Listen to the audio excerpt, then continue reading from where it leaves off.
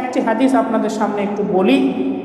জামে তিরমিজি বর্ণনা, আল্লাহ রাসূল সাল্লাল্লাহু আলাইহি ওয়াসাল্লাম বলেছেন, মা আমিলা আদামিয়ুন মিন আমালিন ইয়াওমান নাহরি আহাব্বা ইলাল্লাহি মিন ইহরাকিদ দামি ইন্নাহু লা ইয়াতি ইয়াওমাল কিয়ামাতি বিকুরুনিহা ওয়া আশআরিহা ওয়া আদলাফিহা।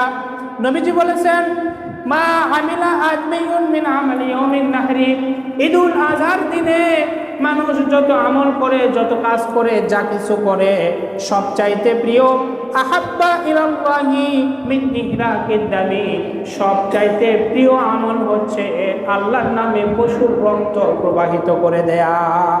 আর নবীজি এরপরে সাথে সাথে বলেছেন, ইন্নাহু লা ইয়াতি, আর তোমরা যেই পশুটিকে আল্লাহর নামে রক্ত জবাই করে দিলে, কুরবানি করে দিলে, লা ইয়াতি ইয়াউমাল কিয়ামাতি, কিয়ামতের দিন সেই পশুটি উত্থিত হবে, আল্লাহর কাছে আসবে, বিকুরুনিহা, তার মাথার শিংগুলো নিয়ে, ওয়া আশআরিহা, আর তার দেহের লোমগুলো নিয়ে, ওয়া আদলাফিহা, এবং পায়ের খুরগুলো নিয়ে, ওয়া আন্নাদ দামা লা ইয়াকাউ মিনাল্লাহি বিমাকানিন ক্বাবলা আন ইয়াকা মিনাল আরদি ফাতিবু বিহা নাফসা।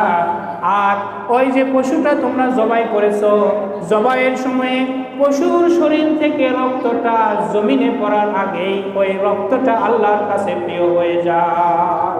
সুবহানাল্লাহি বিহামদিহি ফাতিবু বিহা নাফসা। সর্বশেষ আল্লাহ রাসূল বলেন, খুশি খুশি, উইলিংলি, খুশি খুশি, খুশি মনে তোমরা পশুগুলোকে জবাই করে দাও। তিরমিজির বর্ণনা। প্রিয় উপস্থিতি, এজন্য আমরা যে পশুগুলো জবাই করি, নিছক শুধু গোশত খাওয়া নয়, গোশত তো আপনি 5-10 হাজার টাকা দিয়ে কিনে ফ্রিজার করেও রাখতে পারেন। ইদানিংকালে গোশত ফ্রিজার করাটা কঠিন কিছু নয়, যে কেউ চাইলে করতে পারে। কিন্তু এই যে কুরবানির এই ফজিলত, এই নিয়ামত, এই সওয়াব যেটা আমরা আখিরাতে পাবো, এটা কিন্তু সাধারণ গোশত খাওয়ার মধ্যে পাওয়া যাবে। সুতরাং আপনাদের যাদের সামর্থ্য আছে, আমি আহ্বান জানাবো, অবশ্যই আপনারা কুরবানি দেওয়ার চেষ্টা করবেন। যাদের উপরে ওয়াজিব তারা তো দিবেনই, যাদের উপরে ওয়াজিব নয়, সুযোগ থাকলে, সম্ভব হইলে তারাও একটি কুরবানি দেওয়ার চেষ্টা করবেন। সেটা হোক ছাগল অথবা গরুতে একটি অংশ নেয়া।